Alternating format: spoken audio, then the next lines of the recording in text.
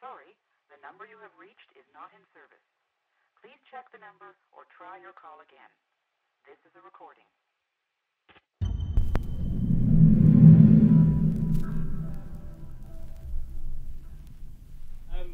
This is an interview with Austen Kilburn for recordproduction.com. My name's Mike Exeter.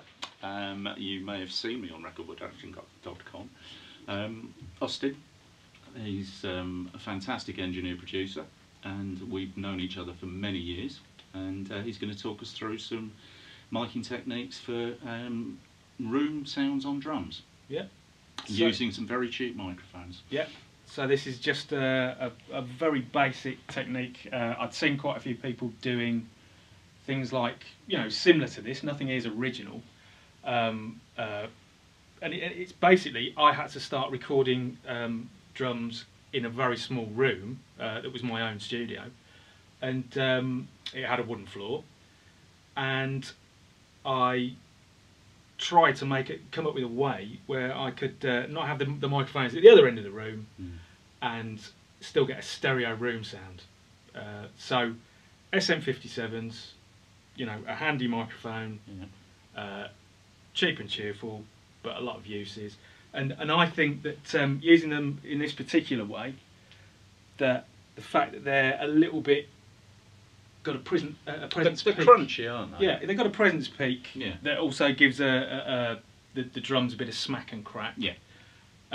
Plus they obviously roll off a bit at high frequencies, because one of the biggest problems with your room microphone is the cymbals being so loud. Yeah.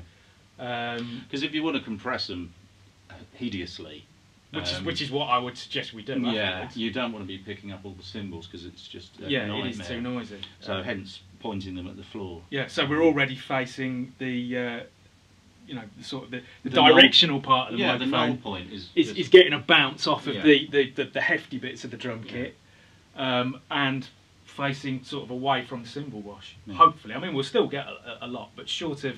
But you can deal with that, which is a cool thing. Yeah. But yeah, at least you're cutting it off at source a bit.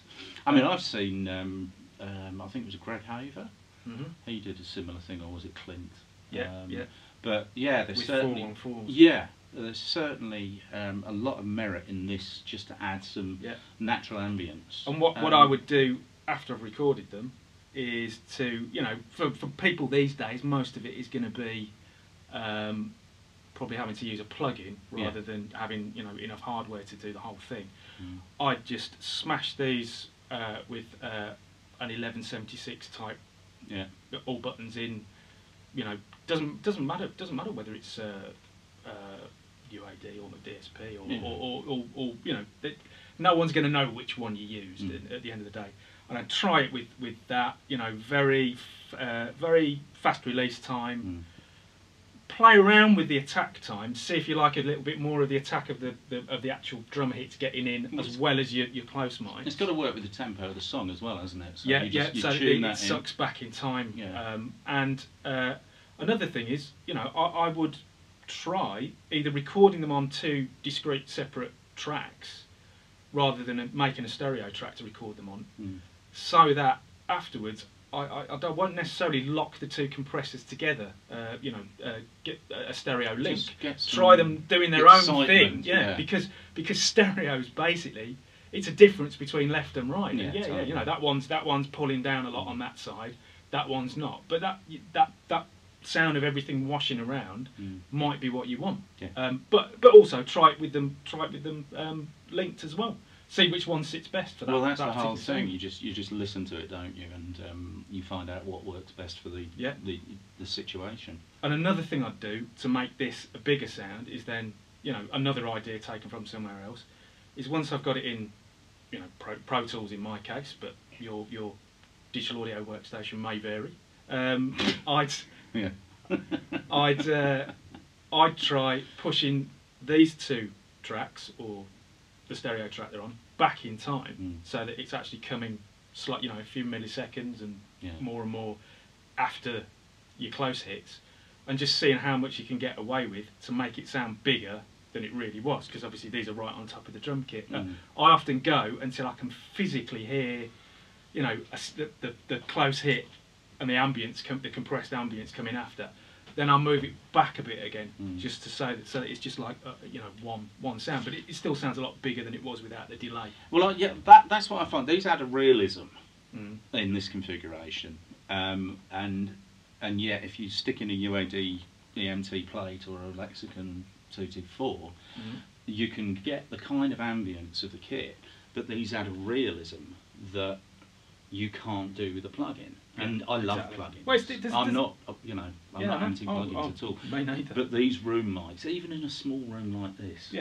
just add something that gives you the realistic sound. Well, of the kit. it's organic and it's gritty. It whatever you do. I mean, another thing I sometimes you do used is that bloody word, didn't you? I know. Something I'll often do is overload the mic preamps as well that they're going to straight away and back up if I'm using a console. Not those SSL VHDs. Well, they crisp up nicely at that point.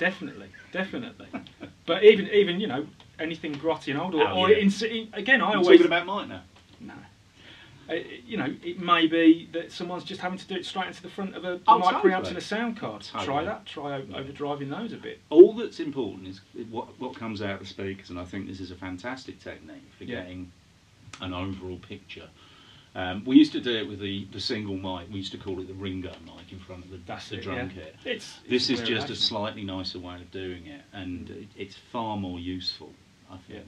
And I say the stereo that it adds usually is I have them in my mix. They'll usually be panned all the way left and right, whereas the overheads and the rest of the kit is brought into something that's sensible. Well, there's only 3 pan positions: left, right, and centre.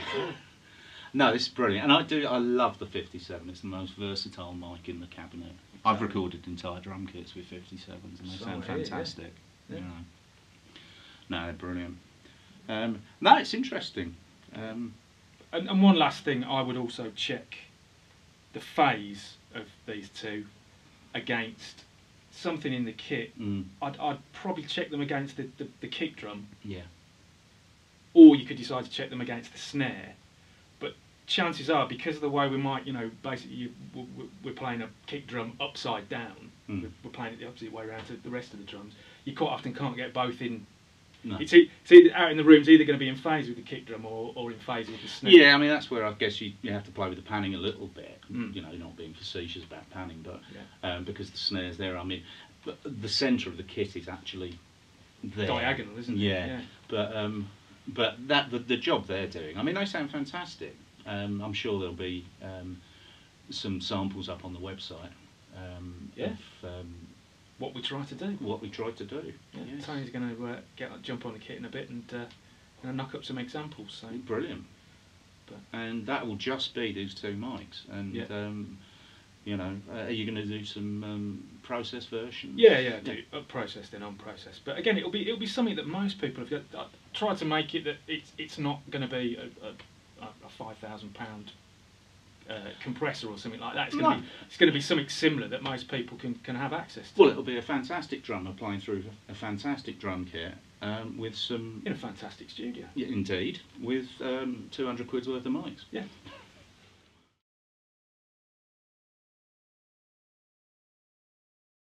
First of all, we took a pair of spaced SM57s and put a door on the floor in front of the drum kit and pointed the SM57s out the door a few inches off the ground, and this is what we got.